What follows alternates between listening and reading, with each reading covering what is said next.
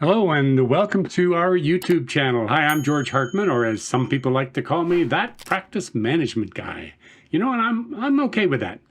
And if you're joining us for the first time, this is where I get to pick what I think are some of the best time-tested of the 150 plus Coaches Forum columns I've written over the past 15 years for the industry trade journal Investment Executive, and present them to you in this video format. Now, the structure is that I respond to a specific question that I've received from an advisor who wrote into my column. And so far in this series, we've talked about a variety of topics that my work as a coach to hundreds of advisors around the world tells me are of significant interest in the ever-changing environment of today's financial advisory industry. So this is a no-cost, no-obligation opportunity to learn some of the strategies and tactics that are being used by top-performing advisors with whom I've worked over the past 30 plus years. So let's get right into today's topic. Our advisor, Francesco, wants to know how to get back into asking for referrals from clients, something he hasn't done for a long time, without looking desperate. And Francesco writes, recently I did some stock taking of my business and was a little surprised to learn that when I factor out market gains, I've been losing clients and assets over the past few years at a faster rate than I am adding them. It's not that they're going to another advisor. Instead, clients are drawing down on their investments to fund their pre- and post-retirement adventures and lifestyle, transferring assets to their children who are far away, converting from growth to income-producing investments, and in more instances than I realized, dying and distributing assets through their wills to charities or family members with whom I have no relationship. Now, I would describe most of my clients as high net worth or very affluent. And while I don't add many new accounts each year, those that I do are almost always a result of unsolicited referrals from current clients. It appears now, however, that if I want to sustain my revenue, I may have to get back to proactively asking for referrals. But having not directly asked clients for referrals for so long, how do I approach them without looking desperate? Well, hey, Francesco, don't think this is an issue reserved exclusively for you. It is not uncommon to start to see a decline in assets in well-established practices as both advisors and their clients age for the very reasons you describe. However, I think it's important to put this into context in that what you are experiencing now is actually the realization of what you undertook to do for your clients years ago, and that is to help them accumulate wealth for another day. And it sounds like those days are here for some of your clients. So in many ways, you are to be congratulated for delivering on your promises. You were able to grow your business to where it is today through referrals because your clients wanted to show their appreciation and respect for your work on their behalf. And there is no reason that they would not continue to show their gratitude. So it makes sense to leverage the client capital that you've already accumulated over so many years among the people who trust and respect you. However, a few things about your clients and business development have changed over the years. For example, the entire financial advice industry has aggressively promoted targeting the high net worth market, to the point today where people in that stratum have been bombarded with broad-based promotional efforts. But high net worth people don't react well to those types of initiatives. They feel they've earned the right to personal introductions from someone they trust and respect, like your current clients. And similarly, your current high net worth clients may be reluctant to give you referrals when asked directly because they feel the perceived value of a referral has been diminished. Today, everyone has access to information about advisors on the internet. And in fact, I'm of the belief that most referrals these days come from Google rather than from real people. So given those two factors, along with not wanting to appear desperate, I suggest you do not start asking for referrals. Instead, seek personal introductions. Now, that may seem counterintuitive because an introduction, of course, is a much stronger endorsement than a simple referral, but it is actually more appealing to your clients and for the people to whom they could introduce you. So how do you put yourself in a position to ask for an introduction? Well, if you've read my previous comments on this subject, You may recall that I'm a big believer in creating an event where you put yourself in the same room as the person or people to whom you would like to be introduced. And here are some examples of how to do that.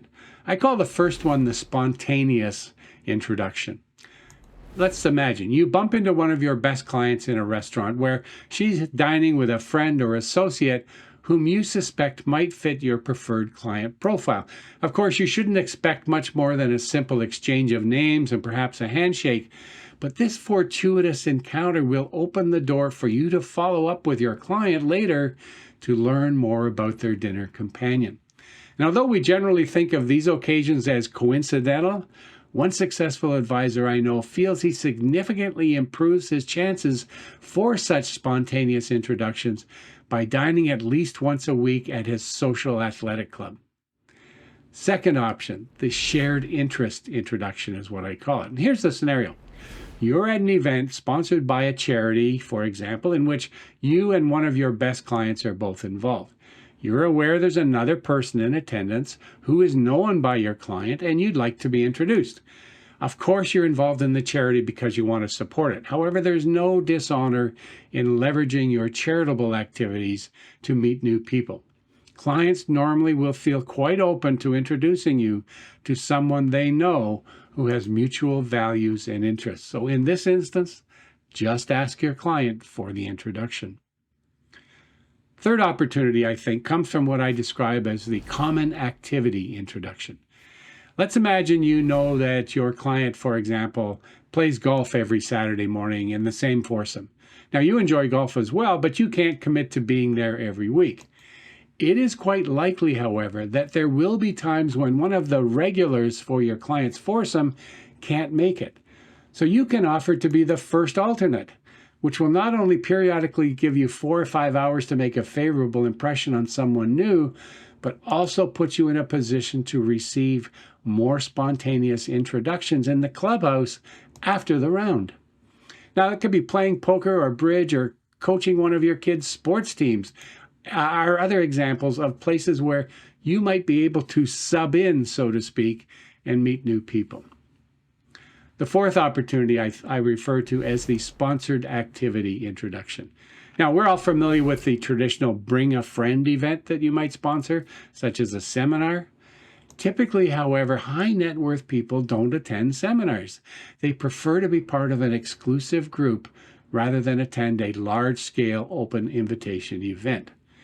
Now, some examples I've seen of smaller high-end events to which affluent clients do feel comfortable inviting others along include things like premium wine or scotch tasting, chef's table dinners, high-performance car handling lessons, special access close encounters with celebrities, private movie screenings, and invitation-only meetings with portfolio managers.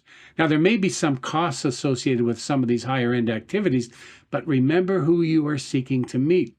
People who may well be used to attending upscale events at their own expense, by the way. The fifth opportunity that I recommend is what I refer to as the client-focused introduction. Even better than hosting a bring a friend event is hosting an event where your client gets to invite all the guests. Say, for example, that one of your high net worth clients has a special interest that they enjoy with some high net worth friends or club members and so on. It could be anything, cigars to quilting, ballet to classical cars, fly-in fishing to luxury spa retreats.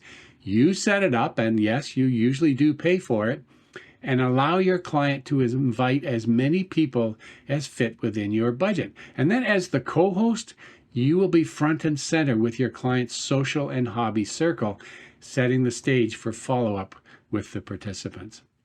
Special opportunity number 6 is the birthday lunch. Let's imagine that your client has a special birthday coming up, and you would like to recognize it with a small celebration. So you invite him or her to lunch at a great restaurant.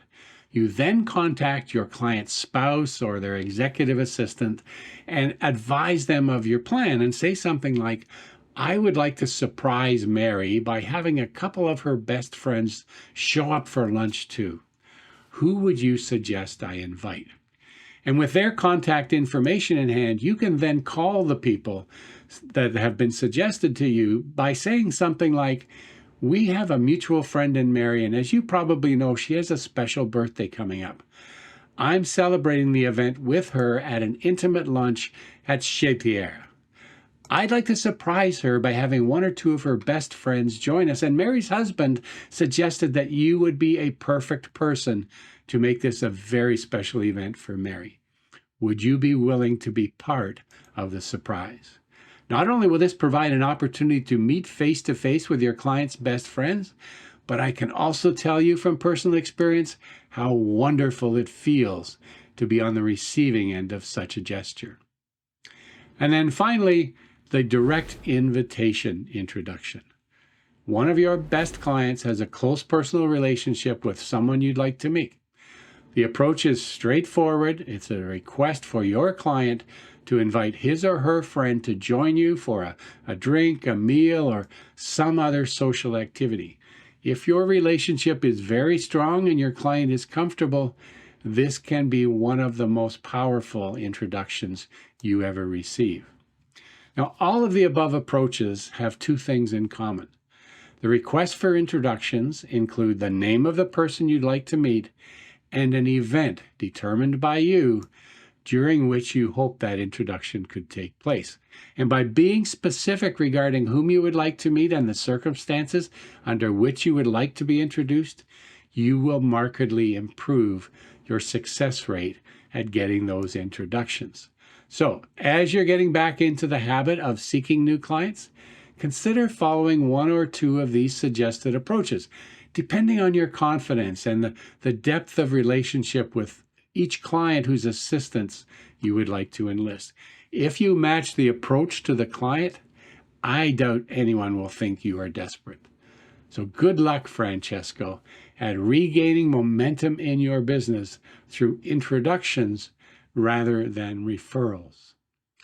And thanks for joining us today for this edition of The Coach Says. If you found value in this video, please click the like button. And if you haven't already, please subscribe so we can keep you informed when we add new content. And watch for upcoming episodes of The Coach Says. And as I always say, may your practice be as successful as you want it to be.